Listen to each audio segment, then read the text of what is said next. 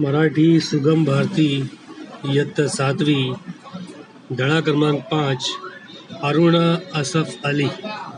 लेखिका डॉक्टर इंदुमती यार्दी, पैदाइश 1926, मृत्यु 2015। इनकी लिखी हुई प्रसिद्ध पुस्तक है भारत रत्न। भारत की बेटी अरुणा आसिफ अली ने मुल्क की सियासत और सामाजिक कामों में अमली तौर पर हिस्सा लिया।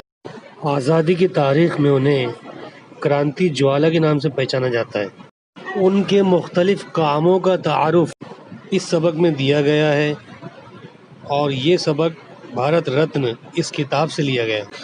तो आइए प्यारे बच्चों, अरुणा आसिफ अली की कुछ तस्वीरें देखते हैं और उन तस्वीरों के ज़रिए उनकी शख्सियत को पहचानने की कोशिश करते हैं।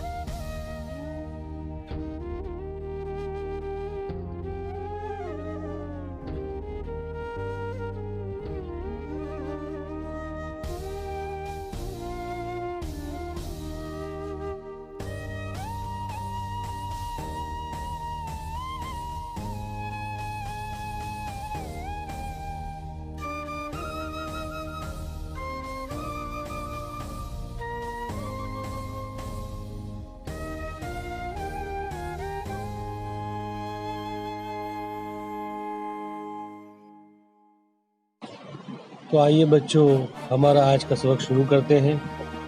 मैं मराठी में पढ़कर उसे उर्दू ज़बान में समझाते भी जाऊंगा।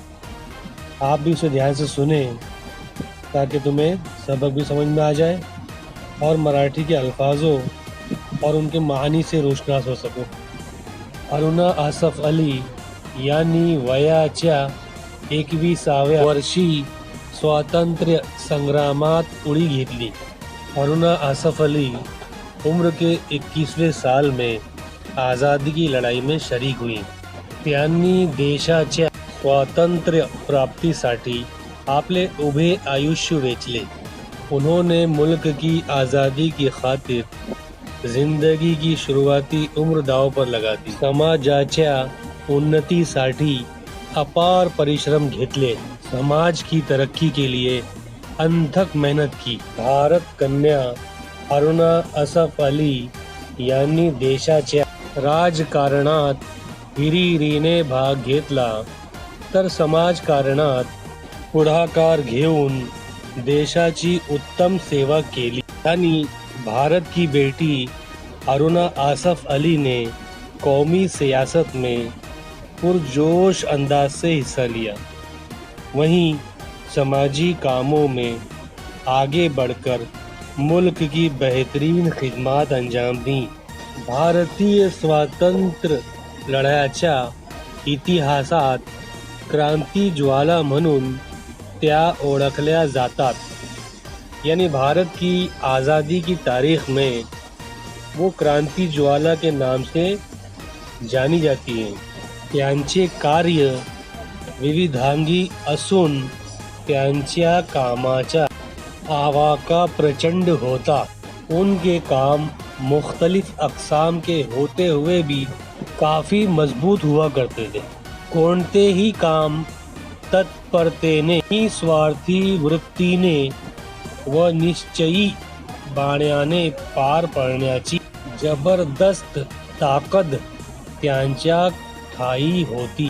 किसी भी काम को फौरी तौर पर बेलौस होकर अंजाम को पहुंचाने की जबरदस्त कुवत उनमें थी। पारतंत्र्यातून देशाची मुक्ती हा त्यांच्या आयुष्याचा ध्यास होता। अंग्रेज़ों की गुलामी से मुल्क की आज़ादी, यही उनकी ज़िंदगी का मकसद था।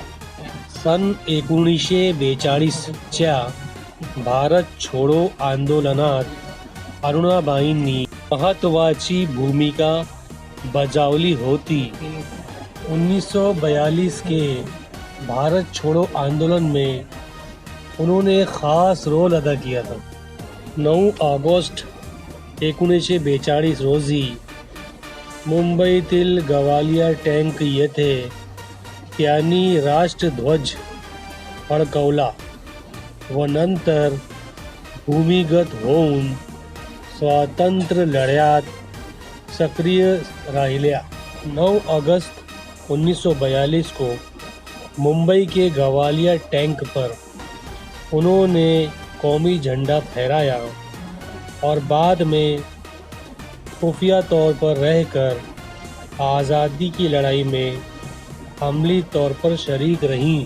त्यांनी क्रांतिकारक तरुणांची मजबूत फळी उभी केली, यानी उन्होंने इनकलाबी नौजवानों की एक मुनज़्ज़म फौज तैयार की। चले जाओ चळवळ चालवण्यासाठी चले जाओ तहरीक छेड़ने के लिए भूमिगत समिति स्थापन करण्यात आली।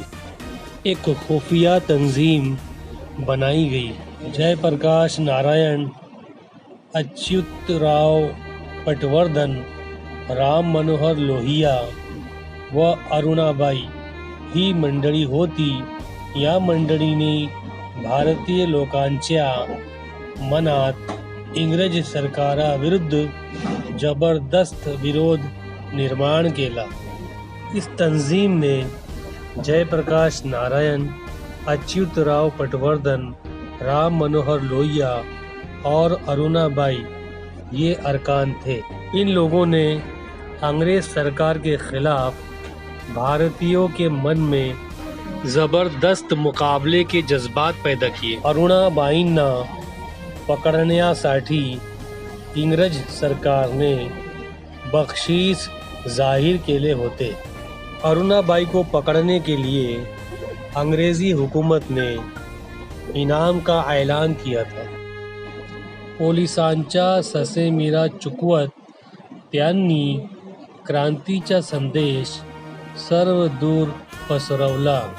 पुलिस को चकमा देकर उन्होंने इनकलाबी पैगाम दूर दूर तक फैलाया।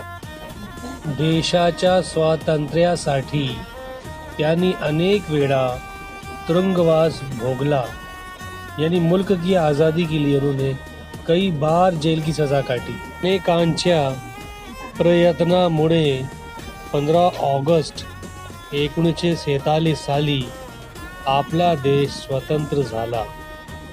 यानी बहुत सौ की कोशिशों के बाद 15 अगस्त सन 1947 को हमारा मुल्क आज़ाद हुआ। अरुणाबाईंच्या सार्वजनिक कामाचा व्याप प्रचंड होता, यानी अरुणाबाई के सभी के लिए किए गए कामों का बड़ा नाम था। दिल्लीच्या पहिल्या महापौर म्हणून त्या निवडून आल्या। दिल्ली की पहली मेयर के तौर पर वो मुंतखब हुई। प्रौढ़ साक्षरता, रोजगार, वैद्यकीय सुविधा आदि योजना त्यांनी राबवल्या।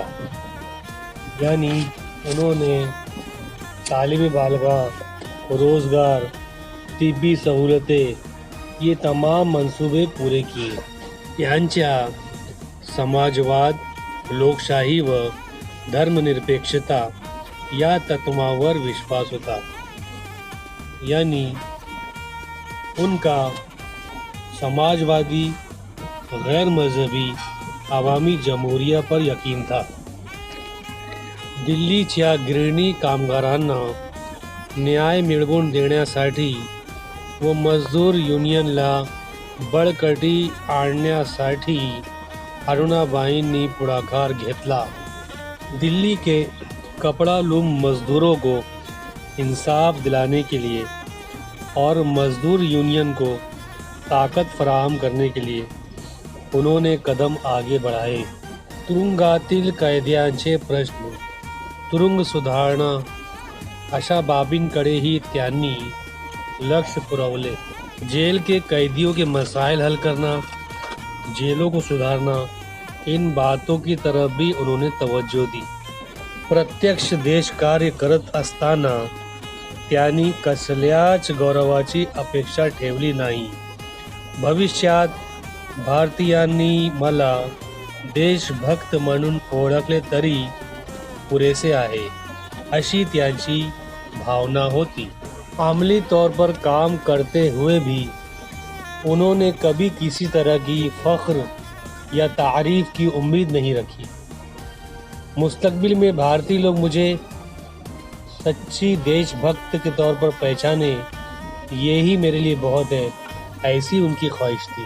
भारतीय स्वातंत्र्य संग्रामात बजावलेल्या देदीप्यमान कामगिरीचा गौरव म्हणून अरुणा आसफ अली यांना भारतरत्न हा सर्वोच्च सन्मान 1997 साली मरणोत्तर बहाल करण्यात आला. आज़ादी की लड़ाई में आँखों को खीरा कर देने वाले कामों के एजाज़ में अरुणा आसिफ अली को उनके मरने के बाद सन 1997 में भारत के सबसे बड़े शहरी एजाज़ भारत रत्न से नवाजा गया. तो प्यारे बच्चों, ये था हमारा आज का सबक अरुणा आसफ अली, जिसमें हमने उनकी ज़िंदगी के कुछ अहम पहलुओं की मालूमात हासिल की. और ये है वो मेडल जिसे भारत रत्न कहा जाता है और जो हिंदुस्तान का सबसे बड़ा शहरी एजाज़. उम्मीद है तमाम बच्चों को ये वीडियो पसंद आया होगा. इस वीडियो को बार बार देखते हुए मराठी के जुमलों को दोहराएं और तर्जुमा भी सुनते जाएं, ताकि तुम्हारी मराठी की दुश्वारियाँ ख़त्म हो. Thank you.